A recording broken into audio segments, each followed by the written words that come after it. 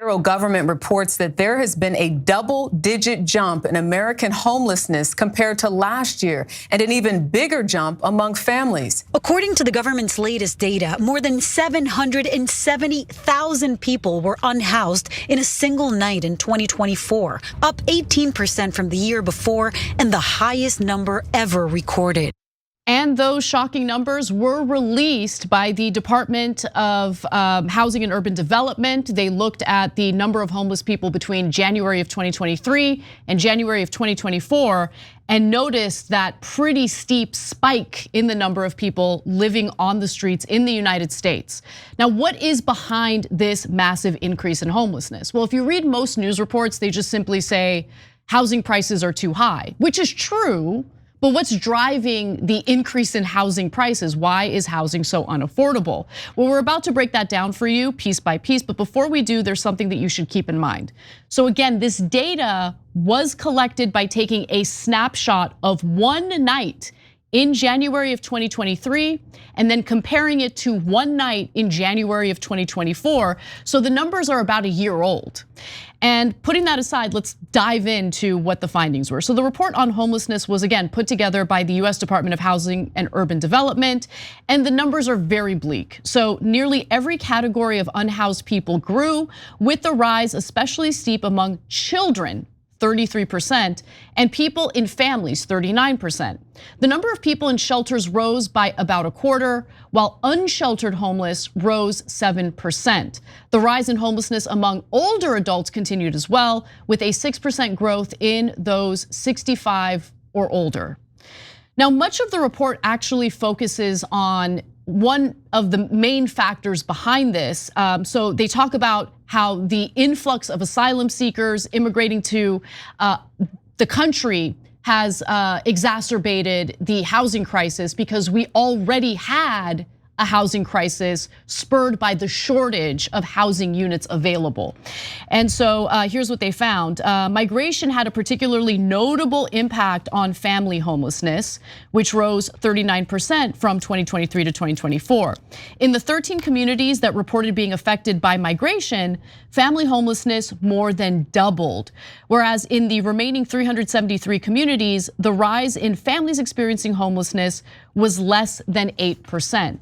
So I mean, this is, in my opinion, just simple numbers, logic, supply and demand. There was already high demand for limited housing units, and then you introduce an additional population into the country when you haven't really increased the housing inventory, and it's going to, again, exacerbate the problem. And so during the Biden administration, before he did his executive order for the southern border, he had paroled 1.4 million asylum seekers into the country. Obviously, that's going to have an impact on homelessness when we don't have enough housing to withstand the increase in population. Cenk. Yeah, so there's a number of factors that leads to homelessness and the rise in homelessness. So when you look at the different factors, you have to try to separate them out to the best of your ability. So we had a lot of these factors earlier, but when the migrant wave came, the numbers went up. And so you see that how it adds to the numbers, right? And you go, okay, that's the difference, and that's why.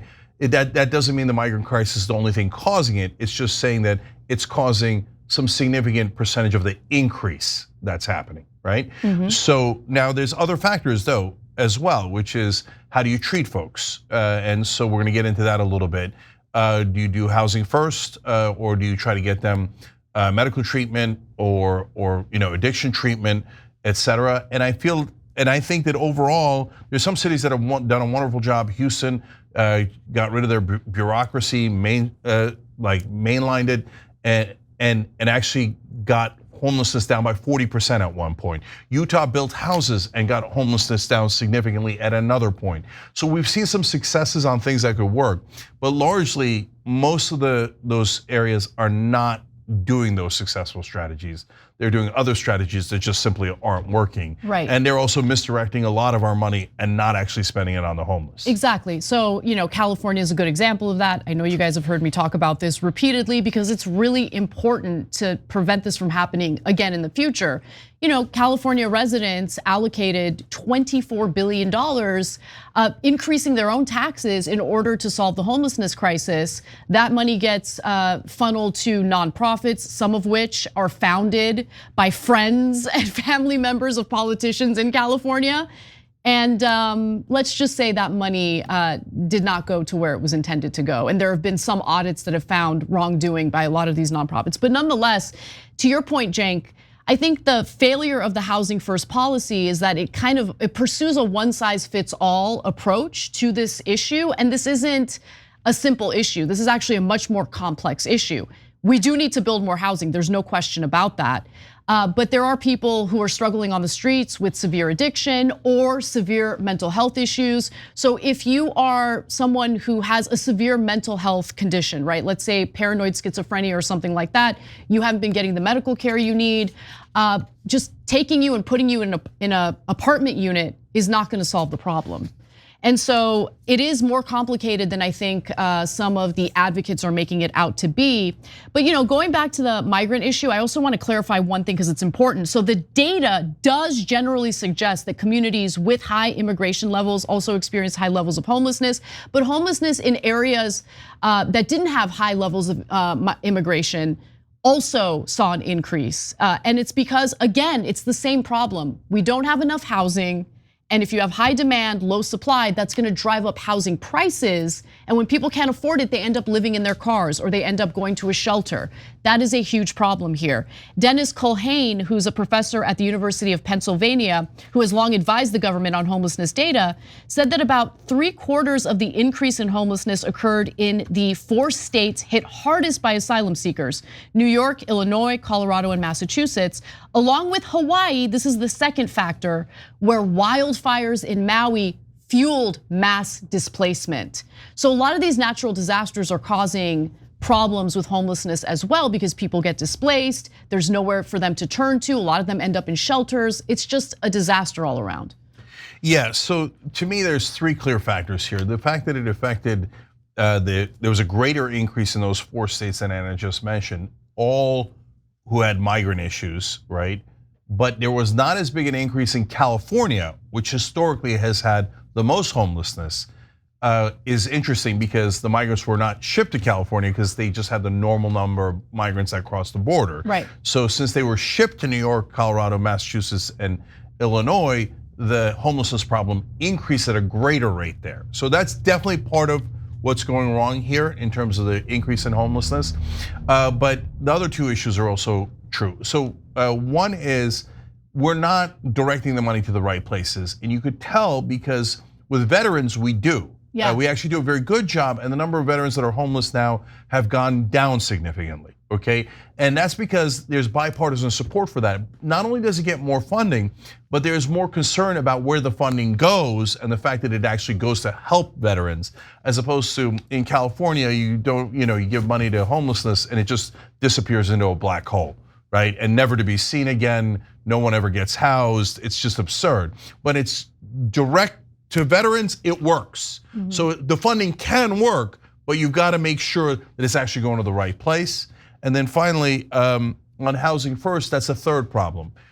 Because a lot of folks have tried housing first and they go, don't ask if they've got mental health issues or addiction issues, and let's just put them into houses first, but it doesn't address the underlying problem. And almost no one has addressed the mental health crisis. Yeah. And so there's a lot of talk from our side, the left, about, we've got to address that, but no one ever actually does, right? They do the housing first, but they never follow up with the mental health funds. So then, that creates a problem where people don't even stay in the houses. So we can get more like into my experience with the left's view on this, specifically on those who are struggling with severe mental health, a severe mental health condition, is they're in favor of funding mental health facilities and things like that, to their credit. But I think where they fall short is the issue of compulsory inpatient care. And I understand people who are concerned about reverting back to a very abusive system that we had in this country back in the 1950s and stuff with the asylums, and they were abusive.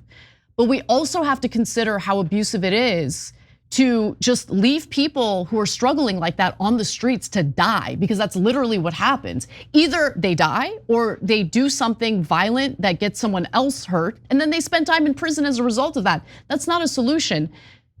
Compulsory mental health treatment doesn't have to be what it was in the 1950s. Yeah, look guys, it's elementary logic, but it's so maddening because some folks go, just stuff them back into the asylums. Well, obviously that's not the right answer. It was terrible back in the day, right?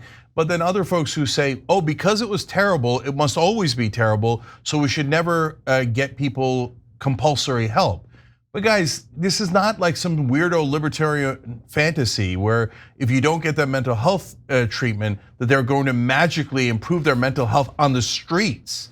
Or even if you put them in a housing facility, it creates problems for the other folks in that facility who don't have mental health problems and who've got families, etc. No, it has to be compulsory, but it has to be decent. It has to be well-funded and compassionate. But having folks just die in the streets is not, you're not a hero if that's what you think it gives them freedom. I totally agree. Thanks for watching The Young Turks, really appreciate it. Another way to show support is through YouTube memberships. You'll get to interact with us more. There's live chat emojis, badges.